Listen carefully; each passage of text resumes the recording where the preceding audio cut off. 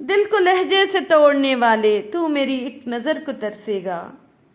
جو لوگ جانتے ہوں بچھڑ جانے کا دکھ، وہ ساتھ بیٹھے پرندوں کو بھی اڑایا نہیں کرتے۔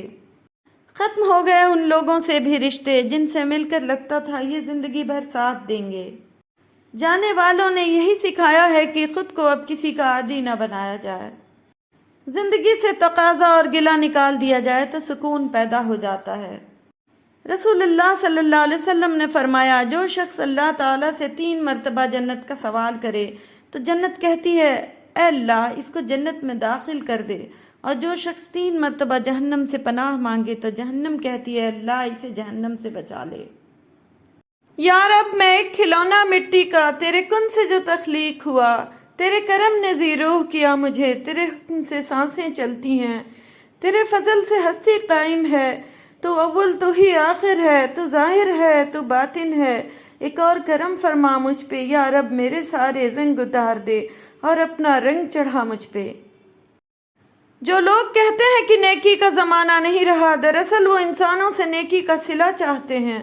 جو اللہ کی رضا کے لیے اچھا کرتے ہیں ان کے لیے ہر زمانہ نیکی کا ہوتا ہے۔ اے انسان، قابلیت کو خود میں پا کر بے وقوف نہ بن کہ اللہ جسے چاہتا ہے، جہاں چاہتا ہے، جیسے چاہتا ہے اسے رزق عطا کرتا ہے۔ اللہ بالکل پسند نہیں کرتا ان لوگوں کو جو شیخی خورے اور اکڑنے والے ہوں، اور اپنے گھروں میں بیٹھی رہو اور گزشتہ زمانے جاہلیت کی طرح بناؤ سنگار دکھاتی نہ پھرو۔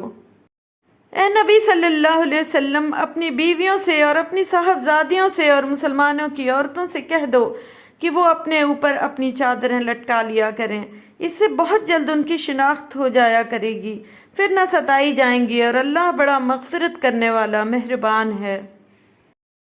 سالی اور بھابھی سے مذاق کو جاہل لوگ اپنا حق سمجھتے ہیں، جبکہ یہ سخت حرام اور جہنم میں لے جانے والا عمل ہے۔ بلکہ دیور، جیٹھ، بہنوئی اور وہ غیر محرم رشتہ دار جن کا گھروں میں آنا جانا ہو، ان سے عورتوں کو بہت زیادہ پردہ کا حکم ہے۔ ایک نوجوان بیٹی نے اپنے والد سے پوچھا، ابا جان میں بدن کے کتنے حصے کا پردہ کروں اور کتنا حصہ کھلا چھوڑوں؟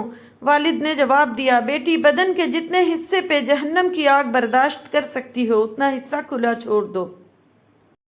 جب تمہیں ذکر اللہ سننا اچھا لگنے لگے تو جان لو کہ تمہیں اللہ سے اور اللہ کو تم سے محبت ہو گئی ہے۔ میری ماں کی دعاؤں سے پریشان ہے میرا دشمن، وہ جب بھی وار کرتا ہے تو خنجر ٹوٹ جاتا ہے۔ رب کے بندوں کو معاف کر دیا کرو، بندوں کا رب آپ کو بھی معاف کر دے گا۔ اگر اللہ نے وہ لے لیا جسے کھونے کا تم تصور نہیں کر سکتے تھے، تو یقیناً وہ کچھ ایسا بھی دے گا جسے پانے کا تم نے سوچا بھی نہ ہوگا۔ صبر ایک ایسی سواری ہے جو اپنے سوار کو کبھی گرنے نہیں دیتی، نہ کسی کے قدموں میں نہ کسی کی نظروں میں۔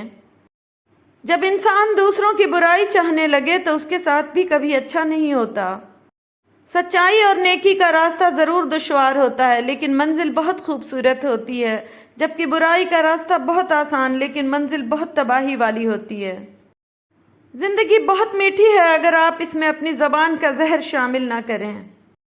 جن کی کوئی عزت نہیں ہوتی وہ دوسروں کو بے عزت کر کے فخر محسوس کرتے ہیں۔ ہر شخص کی اپنی کہانی ہوتی ہے، وہ ایسا کیوں ہے اس کی بھی کچھ نہ کچھ وجہ ہوتی ہے، اس لیے ضروری ہے کہ کسی کو پرکھنے سے پہلے اس کے حالات کا مکمل جائزہ لیا جائے۔ جب تم ہمت ہارنے لگو تو سوچنا کہ تم نے شروع کس وجہ سے کیا تھا۔ ادب بہترین کمالات اور خیرات افضل ترین عبادات میں سے ہے۔ بھری ہوئی جیب سے دنیا کا پتہ چلتا ہے اور خالی جیب سے اپنوں کا۔ اگر کوئی شخص آپ سے محبت کر ہی بیٹھا ہے تو اس کو رلا دینے سے گریز کریں، کیونکہ اس کی آنکھوں سے آنسو نہیں، قطرہ قطرہ کر کے آپ کی محبت بہہ جائے گی۔ مجھے تم سے محبت ہے حد انتہا تک، مجھے بیان کرنا نہیں آتا، سمجھنا تیرے بس کی بات نہیں۔ بڑے سکون سے رخصت تو کر دیا اس کو، پھر اس کے بعد محبت نے انتہا کر دی۔ تکلیف وہی ہے جو تبدیل کر دے۔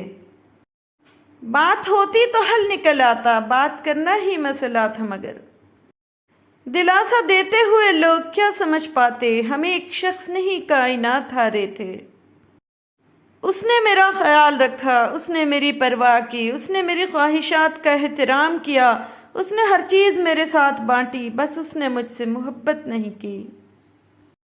اللہ تو بے نیاز ہے، ملنے کو گھر پہ ہی مل جائے، نہ ملے تو کعبے میں بھی نہ ملے، بات ہے تڑپ اور اخلاص کی۔ عورت کی میت کو نامحرم نہیں دیکھ سکتا تو زندہ عورت کس جواز کے تحت اپنی نمائش کرتی پھرتی ہے؟ اگر چڑیوں میں اتحاد ہو جائے تو وہ شیر کی کھال اتار سکتی ہیں۔ جس طرح چھوٹے چھوٹے سوراخ بند کمرے میں سورج طلوع ہونے کا پتہ دیتے ہیں، اسی طرح چھوٹی چھوٹی باتیں انسان کا کردار نمایاں کرتی ہیں۔ ہم جو خاموش بیٹھے ہیں، تم سمجھتے ہو ہمیں کچھ نہیں خبر، سوچو ہم بولنے پر آئے تو ہمیں خاموش کرانے کے الفاظ کہاں سے لاؤ گے؟ تھی خاموش فطرت ہماری، جو کچھ برسوں نبھا گئے، ہمارے منہ میں جواب ہوتے تو سوچو کتنے فساد ہوتے۔ ہم اچھے تھے پر سدا ان کی نظر میں برے رہے، ہم جو سچ میں خراب ہوتے تو سوچو کتنے فساد ہوتے۔ کبھی کبھی ہماری چپ اور خاموشی کے پیچھے باتوں اور جذبوں کا پورا سمندر ہوتا ہے، مگر ہم کچھ نہیں کہہ پاتے، نہ کہنا چاہتے ہیں، کیونکہ جس انسان پر ہماری خاموشی کوئی اثر نہ کرتی ہو، اس انسان پر ہمارے الفاظ کیا اثر کریں گے؟ ناراضگی، گلے شکوے وہاں اچھے لگتے ہیں جہاں اپناپن ہو، جہاں کسی کو مان رکھنا نہ آتا ہو، وہاں خاموشی سے مسکرا دینا ہی اچھا ہے۔ جانتے ہو اذیت کیا ہے؟ کہنے کو بہت کچھ ہونا لیکن خاموش رہنا۔ جب اس نے کہا بھول جانا مجھے، تب پہلی بار مجھے اپنے ذہین ہونے پر افسوس ہوا۔ ملنے کا من نہیں تو بہانہ نیا تلاش کر، اب تو مکالمے بھی تیرے یاد ہو گئے، بیزار، بد مزاج، انادار، بد لحاظ، ایسے نہیں تھے جیسے تیرے بعد ہو گئے۔ حضرت علی رضی اللہ تعالیٰ عنہ فرماتے ہیں کہ تم جب اپنی بہن کے گھر جاؤ تو اپنی بساط کے مطابق کچھ لے جاؤ، کیونکہ تمہاری بہن کا تم پر حق اسے والدین کی وراثت سے ملا ہے، اور انتہائی بد نصیب ہے وہ شخص جس کی بہن ناراض ہو اور اس کی یا اس کی بہن کی موت واقع ہو جائے۔ اللہ کا شکر ادا کرو کہ اللہ نے تمہیں یہ پاکیزہ رشتہ عطا کیا ہے اور تمہیں تمہارے دکھوں کا سہارا عطا کیا ہے۔ یا اللہ میری بہن کو سدا خوش رکھنا، آمین۔ آسائش حیات تو مل ہی جائے گی کہیں، لیکن سکون دل تو مقدر کی بات ہے۔ حضرت محمد صلی اللہ علیہ وسلم کا ارشاد، جو عورت ننگے سر بے پردہ گھر سے جائے تو اس عورت کے ساتھ 4 آدمی جہنم میں جائیں گے، پہلا اس کا باپ، دوسرا اس کا خاوند، تیسرا اس کا بھائی، چوتھا اس کا بیٹا۔ عورت کا پردہ کرنا شہید کے خون سے بھی افضل ہے۔ سیدنا ابو ہریرہ رضی اللہ تعالیٰ عنہ بیان کرتے ہیں کہ رسول اللہ صلی اللہ علیہ وسلم نے فرمایا، جب عورت 5 نمازیں ادا کرے، ماہ رمضان کے روزے رکھے، اپنی شرمگاہ کی حفاظت کرے اور اپنے شوہر کی اطاعت کرے تو جنت کے دروازوں میں سے جس سے چاہے داخل ہو جائے۔ دنیا میں تمہارے لیے بدترین سزا یہ ہے کہ اللہ تمہاری زبانوں سے اپنا ذکر روک دے۔ جب دل میں گناہ کی خواہش پیدا ہو تو یہ دعا پڑھیں، اے ہمارے پروردگار، ہم پر صبر کے پیمانے اڑیل دے اور ہمیں اس حالت میں موت دے کہ ہم تیرے تابعدار ہوں۔ مومن ہر 40 دن بعد کسی نہ کسی آزمائش میں مبتلا کیا جاتا ہے۔ رسول اللہ صلی اللہ علیہ وسلم نے فرمایا، کلونجی کے دانوں میں موت کے علاوہ ہر بیماری کے لیے شفا ہے۔ رسول اللہ صلی اللہ علیہ وسلم نے فرمایا، رشک تو بس 2 ہی آدمیوں پر ہو سکتا ہے، ایک تو اس پر جسے اللہ نے قرآن مجید کا علم دیا اور وہ اس کے ساتھ رات کی گھڑیوں میں کھڑا ہو کر نماز پڑھتا رہا، اور دوسرا آدمی وہ جسے اللہ تعالیٰ نے مال دیا اور وہ اسے محتاجوں پر رات دن خیرات کرتا رہا۔ نبی اکرم صلی اللہ علیہ وسلم نے ارشاد فرمایا، حیا ایمان کا حصہ ہے اور ایمان جنت میں پہنچاتا ہے، جبکہ بے حیائی، بد کلامی سنگ دلی ہے اور سنگ دلی جہنم میں پہنچاتی ہے۔ خدا کے فیصلے محض تمہارے صبر کا امتحان ہیں۔ بے شک زیادہ وقت گزرنے پر تکلیف سہنا آسان نہیں ہوتا، لیکن جتنا زیادہ تم صبر سے کام لوگے اس کا پھل اتنا ہی گنا کر کے دیا جائے گا اور اس ساری تلخی کا مداوع کر دیا جائے گا جس کے کڑوے گھونٹ تم ہنس کر پی گئے تھے۔ نصیب ہار جاتا ہے لیکن دعائیں ہمیشہ جیتتی ہیں، بس یقین کے ساتھ اللہ سے مانگتے رہو، وہ رب تمہیں مایوس نہیں ہونے دے گا انشاءاللہ۔ پھر اللہ کہتا ہے کہ چل میرے بندے، دیکھتے ہیں کہ تو معافی مانگ کر تھکتا ہے یا میں معاف کر کے تھکتا ہوں۔ تو میرے بندے سن، تو معافی مانگ مانگ کر تھک جائے گا لیکن میں معاف کر کے نہیں تھکوں گا۔ رشتوں میں اصل گہرائی عیوب کو قبول کرنے سے شروع ہوتی ہے، خوبیوں کی تعریف سے نہیں۔ نہ کہنا سیکھیں، اگر کچھ نہیں کرنا تو پہلی ہی بار میں نہ کر دیں۔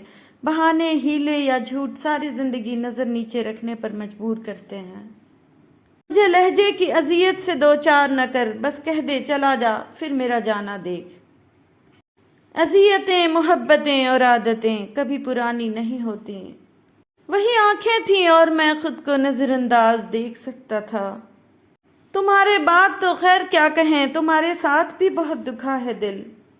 یہ تعلق بھی بہت خوب رہا ہے کچھ دن، تو میرے نام سے منسوب رہا ہے کچھ دن۔